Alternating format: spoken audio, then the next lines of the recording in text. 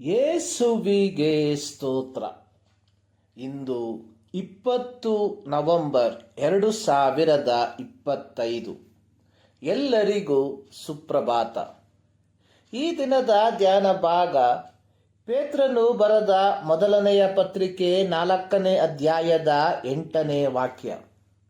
ಮೊಟ್ಟ ಮೊದಲು ನಿಮ್ಮೊಳಗೆ ಯಥಾರ್ಥವಾದ ಪ್ರೀತಿ ಇರಲಿ. ಪ್ರೀತಿಯು ಬಹು ಪಾಪಗಳನ್ನು ಮುಚ್ಚಿ ಹಾಕುತ್ತದೆ. 1 ಕೊರಿಂಥ 13ನೇ ಅಧ್ಯಾಯದಲ್ಲಿ ಪೌಲನು ಪ್ರೀತಿಯ ಶ್ರೇಷ್ಠತೆಯ ಕುರಿತಾಗಿ ಕೊರಿಂಥ ಸಭೆಯ ದೇವಜನರಿಗೆ ಪ್ರಬೋಧಿಸುವಂಥದ್ದು.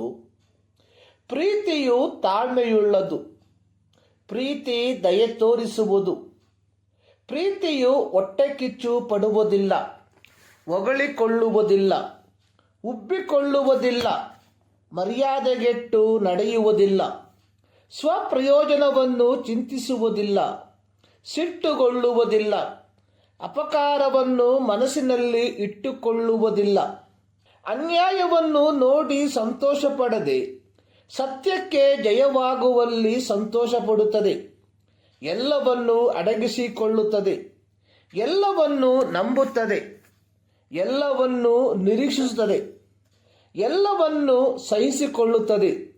ಪ್ರೀತಿಯು ಎಂದಿಗೂ ಬಿದ್ದು ಹೋಗುವುದಿಲ್ಲ.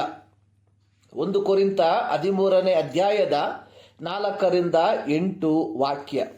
ತಾಳ್ಮೆ ಎಂಬ ಪದಕ್ಕೆ ಮಾಕ್ರೋಥೇಮಿಯಾ ಎಂಬ ಪದವನ್ನು ಪೌಲನು ಇಲ್ಲಿ ಬಳಸಿರುವಂಥದ್ದಾಗಿ ನೋಡುತ್ತೇವೆ.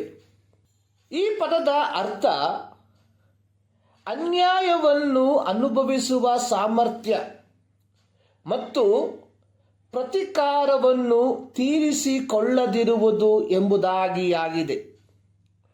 ಕೊರಿಂಥ ಸಭೆಯಲ್ಲಿ ಅನ್ಯಾಯಕ್ಕೊಳಗಾದ ಅನೇಕ ದೇವಜನರಿದ್ದರು.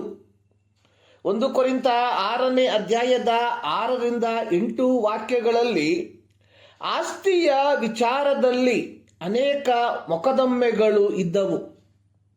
1 ಕೊರಿಂಥ 11ನೇ ಅಧ್ಯಾಯದ 21ರಿಂದ 23 ವಾಕ್ಯಗಳಲ್ಲಿ ಭೋಜನದ ವಿಚಾರದಲ್ಲಿ ತಾರತಮ್ಯವು ಇತ್ತು. ಇಂತಹ ಸನ್ನಿವೇಶಗಳಲ್ಲಿ ಹಾದು ಹೋಗುತ್ತಿರುವ ಕೊರಿಂಥ ಸಭೆಯ ದೇವಜನರಿಗೆ, ಅಂದರೆ ಅನ್ಯಾಯಕ್ಕೊಳಗಾದವರಿಗೆ ಪೌಲನು ಹೇಳುವಂಥದ್ದು, ಇಂತಹ ಅನ್ಯಾಯಗಳಿಗೆ ನಿಮ್ಮ ಪ್ರತಿಕ್ರಿಯೆ ಅನ್ನುವಂಥದ್ದು ನಿಮ್ಮನ್ನು ಅನ್ಯಾಯಪಡಿಸುವವರಿಗೆ ದಯೆಯಿಂದ ಅಥವಾ ನಿಷ್ಕಪಟವಾದ ಪ್ರೀತಿಯಿಂದ ಪ್ರೀತಿಸುವುದರ ಮೂಲಕ. ಪೇತ್ರನು ತನ್ನ ಪತ್ರಿಕೆಯಲ್ಲಿ ಪೀಡನೆಯನ್ನು ಅನುಭವಿಸುತ್ತಿರುವ ದೇವಜನರಿಗೆ ಪ್ರಬೋಧಿಸುವಂಥದ್ದು, ನಿಮ್ಮೊಳಗೆ ಯಥಾರ್ಥವಾದ ಪ್ರೀತಿಯು ಇರಲಿ.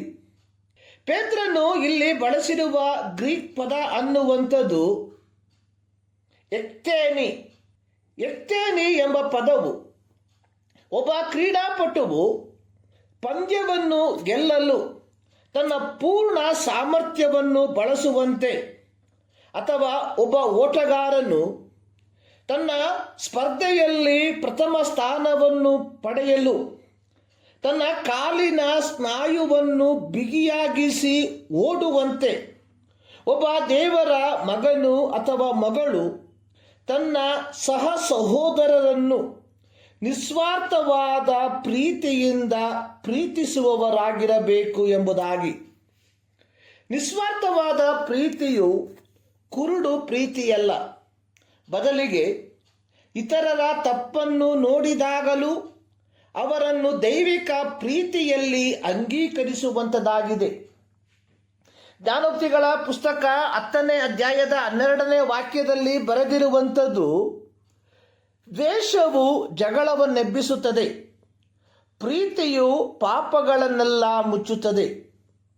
ರೋಮಾಪತ್ರಿಕೆ 5ನೇ ಅಧ್ಯಾಯದ 8ನೇ ವಾಕ್ಯದಲ್ಲಿ ಪೌಲನು ಹೇಳಿರುವಂಥದ್ದು, ನಾವು ಪಾಪಿಗಳಾಗಿದ್ದಾಗಲೂ ಕ್ರಿಸ್ತನು ನಮಗೋಸ್ಕರ ಪ್ರಾಣ ಕೊಟ್ಟದರಲ್ಲಿ ದೇವರು ನಮ್ಮ ಮೇಲೆ ತನಗಿರುವ ಪ್ರೀತಿಯನ್ನು ಸಿದ್ಧಾಂತಪಡಿಸಿರಲಾಗಿ, ಪ್ರಿಯರೇ, ನಾವುಗಳು ಸಹ ಇತರರನ್ನು ನಿಸ್ವಾರ್ಥವಾಗಿ ಪ್ರೀತಿಸಲು ಬಾಧ್ಯಸ್ಥರಾಗಿದ್ದೇವೆ. ಈ ಮುಂಜಾನೆಯಲ್ಲಿ ಸರ್ವಶಕ್ತನಾದ ದೇವರು ಈ ಅಧ್ಯಯನದ ಮೂಲಕ ನಿಮ್ಮನ್ನು ಆಶೀರ್ವದಿಸಲಿ.